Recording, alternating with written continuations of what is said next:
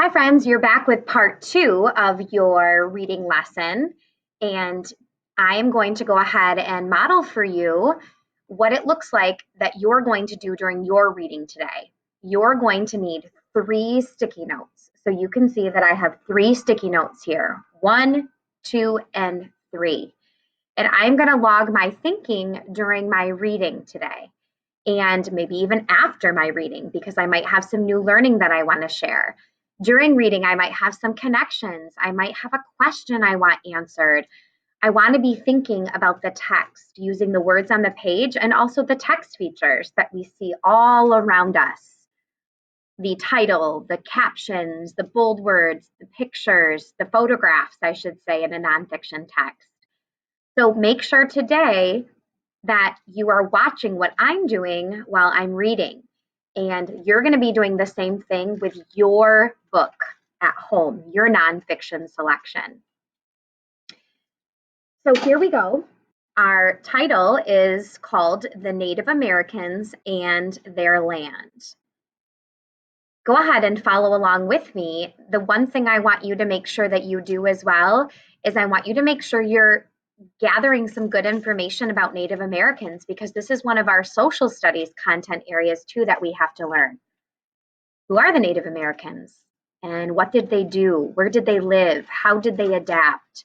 Lots of different things that we're going to learn about Native Americans. But your goal today as readers, I can use sticky notes to track my thinking during my reading and after my reading. And some of the things that we use to track our thinking during nonfiction reading might be new learning, important information, connections we might have, and questions. So today, when you're doing your nonfiction reading, you're going to have to do the same, a total of 3 sticky notes. I'm going to go ahead and start reading to you guys. Native Americans and Their Land. Introduction. In this chapter, you will learn about Native Americans, the first people to live in North America.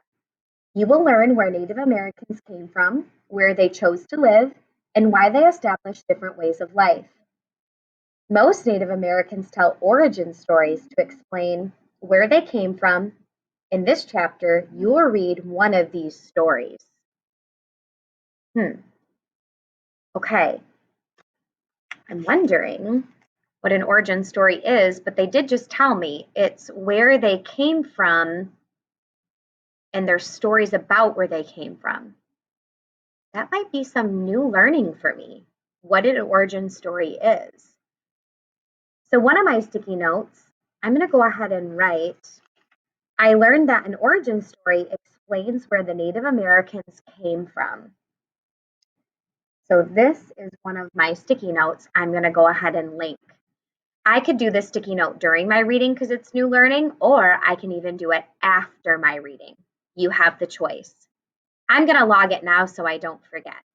So my new learning, I learned that an origin story explains where the Native Americans came from. I can't wait to hear some of these origin stories. Hopefully I find out some more of those in this chapter. So there's sticky note number 1, new learning sticky note. Another idea about the origin of Native Americans is the theory of migration.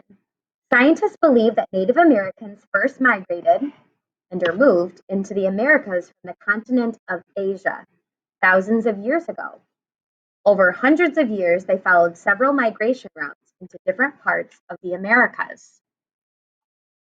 Well, they said there were several of them, migration routes that Native Americans came from.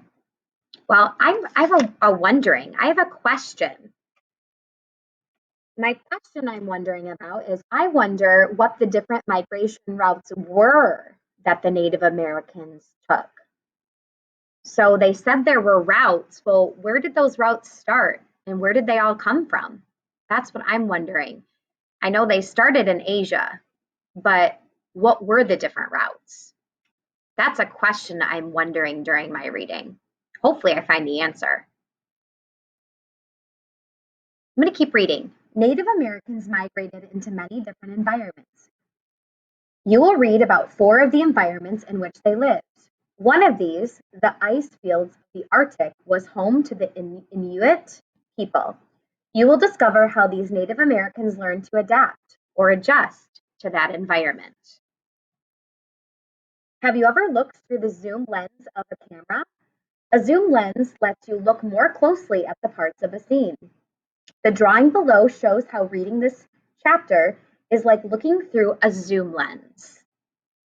Then you will zoom in on 4 environments in the North America.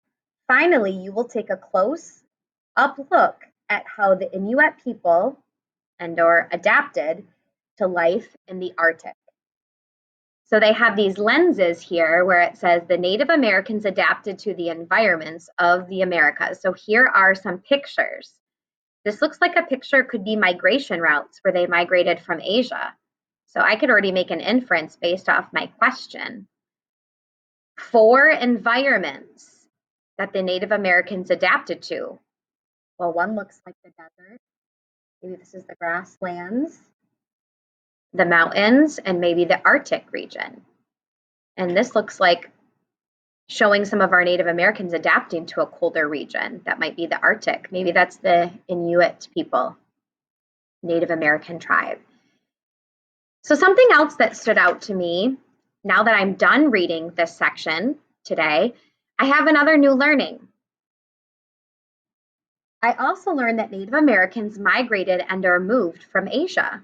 That is something I didn't know before I started reading. So that is new learning.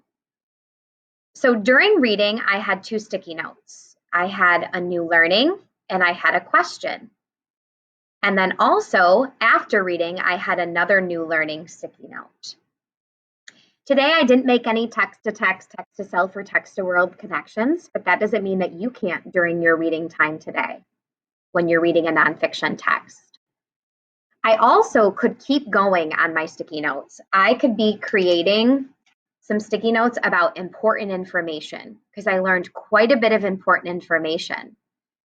So another option of your sticky notes today could be connections that you make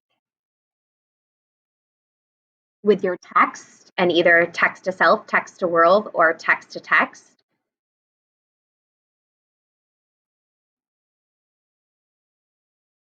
Or you can make a sticky note of important learning.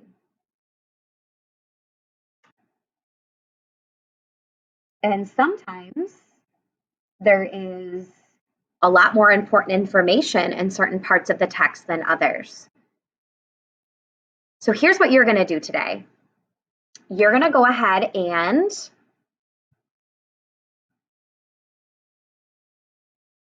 grab your nonfiction text, whether it's on Epic or a book at home, and you need 3 sticky notes. And I said that in the first video. And you need a pencil. And then when you're done today, your checkout after reading is going to be sending me your 3 different sticky notes that you created during your reading time. Next time we meet on Friday, we're going to learn more about Native American environments. So your sticky notes, in a recap, can be questions, they can be new learning, they can be about important learning, like a new bold word that you learned, or a really important fact. Or you can make connections on your sticky notes. I'm so excited to look at your sticky notes today and see what you're thinking, and have fun reading about your nonfiction book today. See you soon.